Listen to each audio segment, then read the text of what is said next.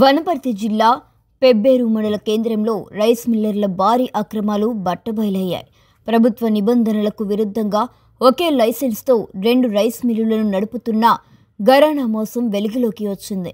పౌర సరఫరాల శాఖ అధికారులు నమ్మదగ్గ సమాచారం ఆధారంగా శ్రీనివాస ట్రేడర్స్ రైస్ మిల్లుపై ఆకస్మిక దాడులను నిర్వహించారు.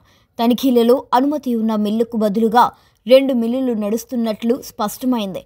అధికారులు స్టాక్ రికార్డులను పరిశీలించగా 2021, 22, 23 సీజన్లలో భారీ లోపాలు బట్టబయలయ్యాయి.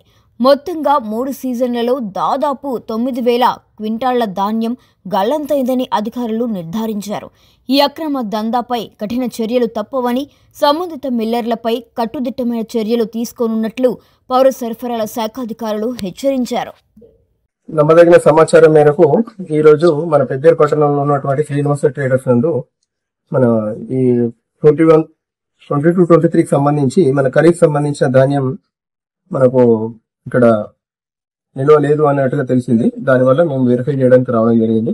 మిల్లు యజమాని అయినటువంటి మరి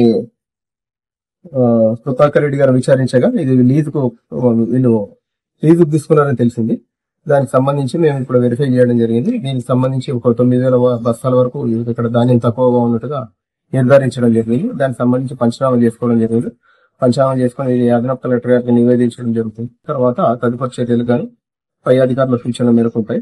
అప్పటి వరకు మేము ఇంకా దీని మీద ఈ పంచనామా మీద ఆబ్జెక్షన్ ఉన్నట్టయితే మిల్లు యాజమానికి చెప్పడం జరిగింది. 3 రోజుల్లో కూడా మీరు ఏమైనా ఉంటే అబ్జెక్షన్ చేయమని చెప్పడం జరిగింది. ఇది మిల్లు వచ్చేసి లీజు దారు తీసుకున్నారండి. లీజు వచ్చేసి శ్రీ వెంకటేశ్వర రెడ్డి అని చెప్పేసి ఉంది. మనకు మన అగ్రిమెంట్ ఏదైతే డిఎం గారి దగ్గర అగ్రిమెంట్ చేసుకుంటే దాంట్లో మనం వెరిఫై చేసినట్టయితే శ్రీ వెంకటేశ్వర రెడ్డి అని చెప్పేసి పేరు మీద ఉంది. ఇది శ్రీనివాస ట్రేడర్స్ మీద మనం పిలిచడం జరిగింది. 38 ఏసీకేలు మనం పిలిచినట్టు మనకు రికార్డు ఉంది. దానికి సంబంధించి 28 ఏసీకేలు వాళ్ళు పెట్టారు. దానికి సంబంధించి ఇంకొక 11 ఏసీకేల వరకు మనకు పెట్టాల్సి ఉంది. ఒక మిల్లుకు 2 పేర్లు లేదు.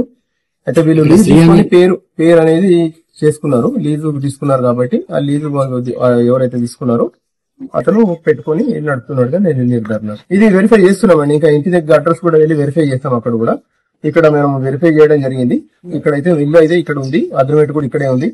వాళ్ళు కూడా ఒప్పుకుంటున్నారు. లీజుదారు ఎవరైతే ఉన్నారో ఆయన కో పార్ట్నర్ ఎవరైతే ఉన్నారో గ్రూప్ తీసుకుంటే డిపార్ట్మెంటల్ యాక్షన్ ఉంటుంది. మనకు మరి ఎప్పుడు పెట్టారు, ఈ లీజు కాలం ముగిసిందా అనేది విచారణ చేయొచ్చు.